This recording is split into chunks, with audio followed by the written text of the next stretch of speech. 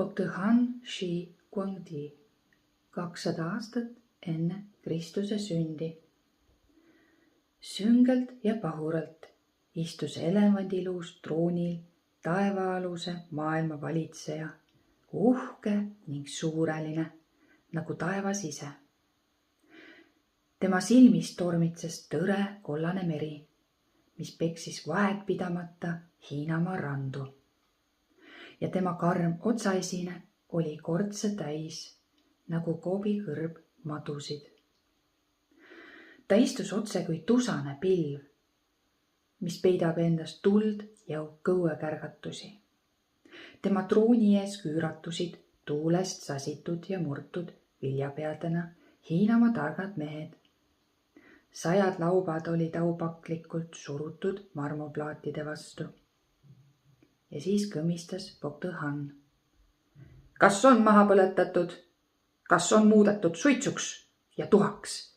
Tähetarkade varjupaik, see kõrge vaimude torn. Jah, taeva ja maa käskija, sinu jumalikul tahtel sai tornile tuli otsa pandud, torn suitsuks ja tuhaks tehtud, vastas kõige tähtsam visiir hirmuvärinal. Ja siis sõnas Bogdan. Kas on põletatud ära?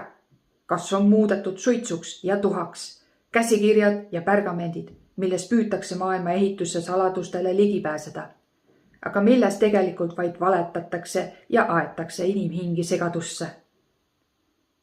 Jah, taevaste päike, maa taevas, jumalate poeg. Teie kõrguse käsul on need kahjulikud käsikirjad kõikjalt kõrvaldatud ja kärssavad sinu päikeselise palee esisel väljakul, vastas visiir. Siis vastake mulle nüüd teie, kes te olete targad ja õpetatud mehed. Teie, kes te teate kõike nii taevas kui maa peal, pöördus Bogdan küürutajate poole. Öelge, mis jaoks inimene üldse elab, milles on elu mõte, kust kohast me pärit oleme ja kuhu me lähme? Mis on kõiksus ja mis on jõud? Vastake mulle, milleks see? Öelge, mis on maailma ruum, mis pärast ta üldse on loodud, kus on ta algus ja kus on ta lõpp? Ja lõpuks öelge mulle, mis on aeg ja ruum? Vastake mulle, milleks see? Saabus sügav vaikus. Vasta vähemalt sina, targim kõige targemaist, pöördus ta kõige vanema ja auväärsema poole. Oo, suur Bogdan, päikeses sündinud taevaste poeg, sa tead seda ju meist paremini, vastas vanamees aralt.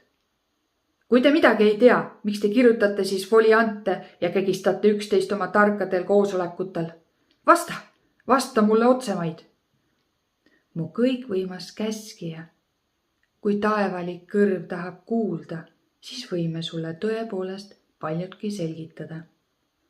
Kuid seda, mis on mis ja miks miski on, ei tea meie mitte. Maailmaruum on nõnda suur, nii otsatu, ääretu, et sarnaneme mehega, kes veetilka kaaludes tahab teada saada kogu ookeani kaalu. Inimene on jõuetu. Inimene sarnaneb vihmaussiga, kes ukerdab kaldaäärses mudas.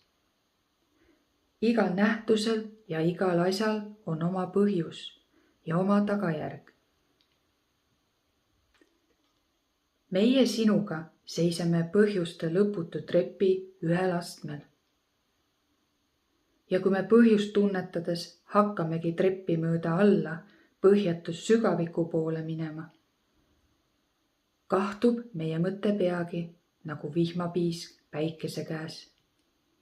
Keegi ei jõua iialgi esimese astmeni, sest seda pole lihtsalt olemas. Oo, jumalate suur järeltulija! Kõik see, mida me näeme, tunneme või kuuleme, on põhjuste esiema maailma ehituse, on kõikide põhjuste sigitis. Meie käes on vaid põhjuste keti üksainus tilluke lüli.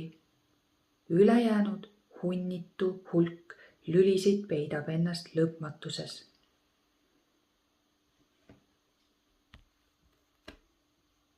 Mitte keegi ja mitte kunagi ei saa ega peagi jõudma esimese lülini, sest seda pole lihtsalt olemas.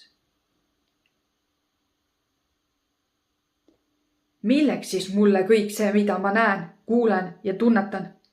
Sest isegi laps teab ja mõistab asju nõnda, nagu ta neid on tunda saanud või siis ette kujutanud. Mind ei huvita, mis on maa ilmaruumis. Ma tahan tunnetada tema mõtet. Ma tahan teada aja ja ruumi olemise põhjust. Vastake mulle või te surete. Kõmistas Pocahon kõuena ning ta silmade kollane meri lõi süngelt lainetama. Aga targad ja õpetatud mehed värisesid hirmust nagu lootuslilled lainetes. Oo taevaste poeg, headuse ingel, meie elu ja surma valitseja, sinu tahtmine ja innukas püüd ihaldatud tunnetuse poole on püha. Isegi mitte Laosi prohvetlik Konfutsi, kelle suu läbi räägib meiega aja ja ruumi igaviku ja lõputuse jumal. Isegi nemad ei suutnud liigutada kõige väiksematki volti selles eesriides, mis varjab ilmaruumi kättesaamatuid saladusi. Kui me kuule mind piinavatele küsimustele vastust, surete kõik, mõirgas Pocahon. Siis tõusis püsti vanim tarkadest meestest, lõi vihas ja meeleheites sauaga vastu marmorpõrandat, raputas oma härmahalli juuksetutti ning vaatas ninakalt Pocahoni otsa. Oo orjade käskija, maailm, tema aeg ja ruum on ääre ja otsata. Tal pole algust ega lõppu. Musttuhat tähte ja musttuhat päikest sünnib ja sureb nagu hetk igavikus, nagu tilluke merekarp ookeanis. Ilmaruumis on rohkem päikseid ja planeete kui meie võimsa valitseja aitades riisideri, kui meie võimsa valitseja mesipuudes mesilasi. Meil pole rohkem midagi öelda. Tapa meid taevaste poeg, aga sa pead teadma, et meile, isegi meile, pole kõik veel kättesaadav. Vanamees vaikis, Pocahon kattis näo kätega ning vajus mõttesse. Valitses painajalik vaikus. Kuid siis, tõstmata isegi pilku, lausus ta lõpuks kuhtunud, lausa hauatagusel häälel. Viige nad kõik väljakule ja olgu seal neile ots tehtud. Kõige väärikam visiir langetas aupauklikult pea ning kõik targad ja õpetatud mehed viidi hukkamisele. Järgmisel päeval astus visiir Pocahoni ette ning teatas, et valitseja käsk on täide viidud. Pocahoni silmis süttisid välgud ning ta ütles. Saagu kõik suurest müürist Himalajateni teada minu tahtmisest. Nüüdsest peale ei pea minu impeeriumis kirjutatama ainsatki raamatut elu tähendusest, põhjustest, asjade algusest ja lõpust, ega tohi arutlusel olla ilmaruumi saladused.